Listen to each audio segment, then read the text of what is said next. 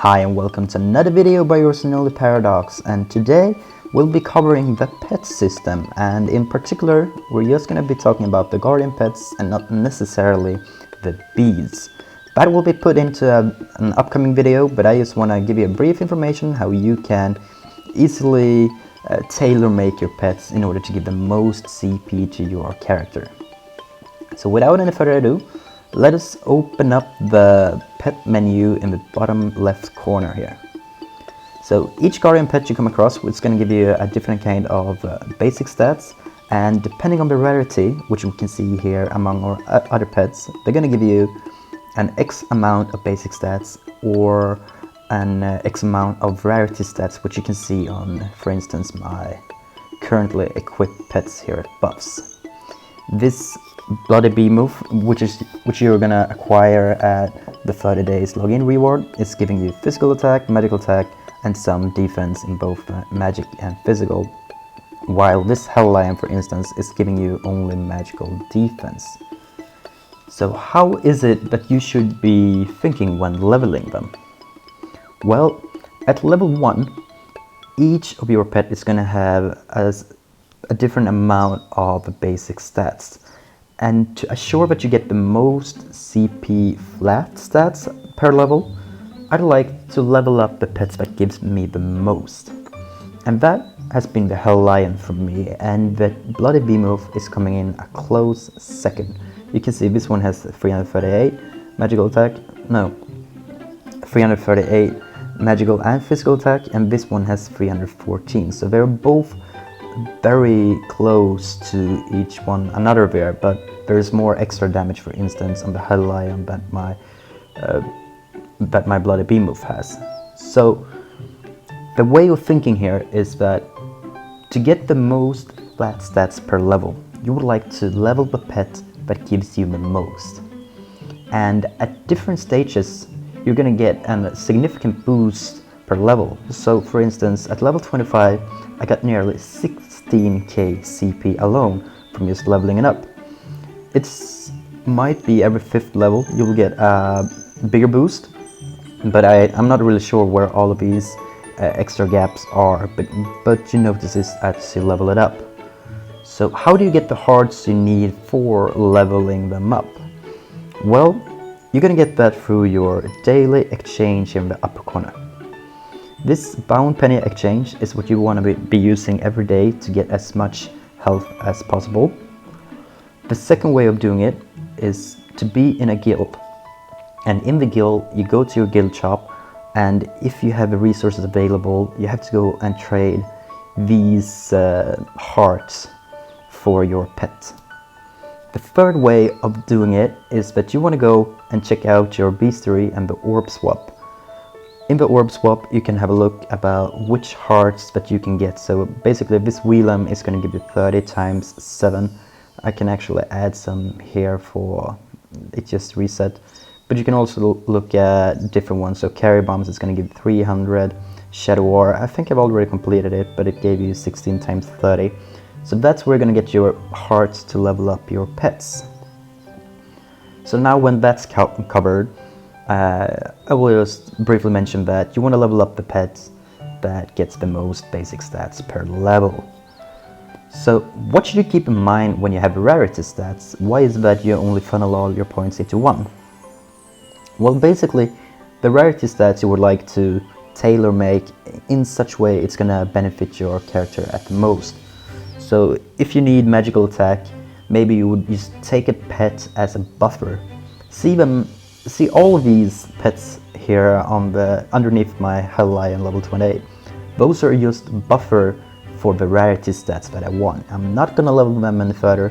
I'm just gonna let them be there for their rarity stats. And if I would come across a better pet, let's say I out of chance just get a dragon. When that happens, I'm gonna shift my focus and basically put all of my future hearts into that dragon.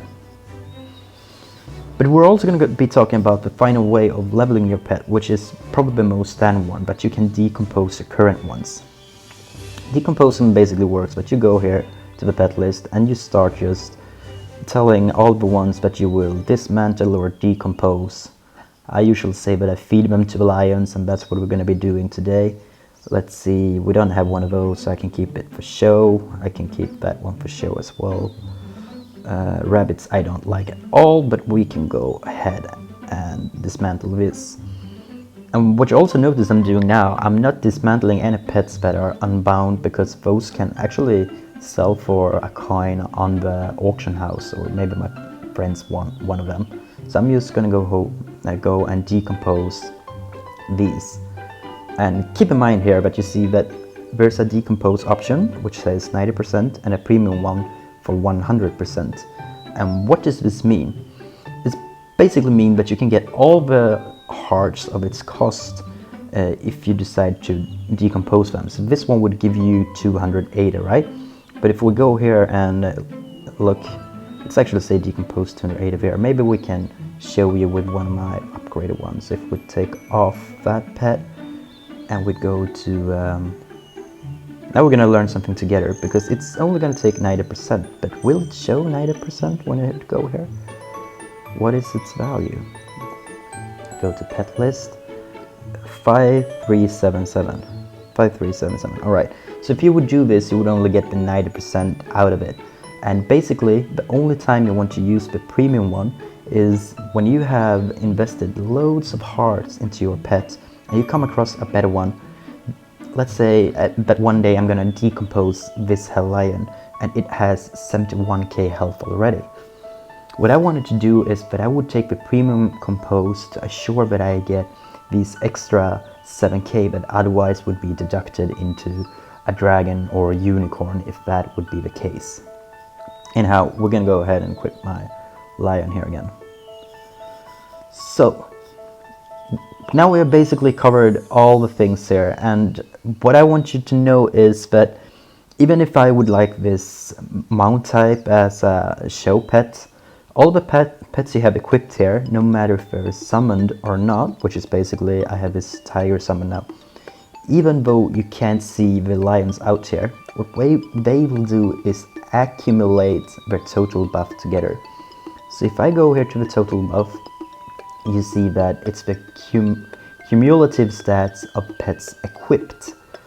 So I'm getting all these stats from all the pets I have equipped here.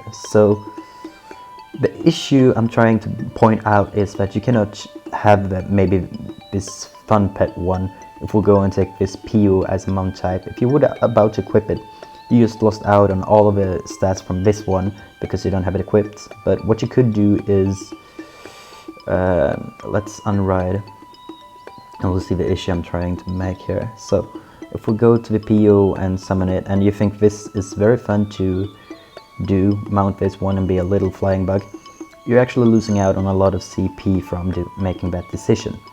So if you want a pet for show, just do it the times you don't need it. Alright, let's see if I have anything else. Yes, I want to cover the gacha. When is it the right time for you to actually buy gacha boxes if you would like to get a new pet? Well, as you play the game, you will get 3 gachas every 36 hours. You will also find these free gacha tickets in like LC from the maintenances. They will actually send you out a free gacha for pets. But you can also buy from the gacha store, and there's an event called 777, which is nearly half the price of the 1,350 Gachas that you usually spend. So if you would go ahead and try your luck sometime, you would do it during the 777 event, which you can see is activated right now. That way you would get nearly 20 pets for the price, 20 pets rather than 10, which you would usually get. So that's something to keep in mind if you would like to spend a coin to try to get maybe a unicorn or a dragon, as we say. Although the chances are really low, I don't think there are any dragons on this server yet, but there are a few handful of unicorns.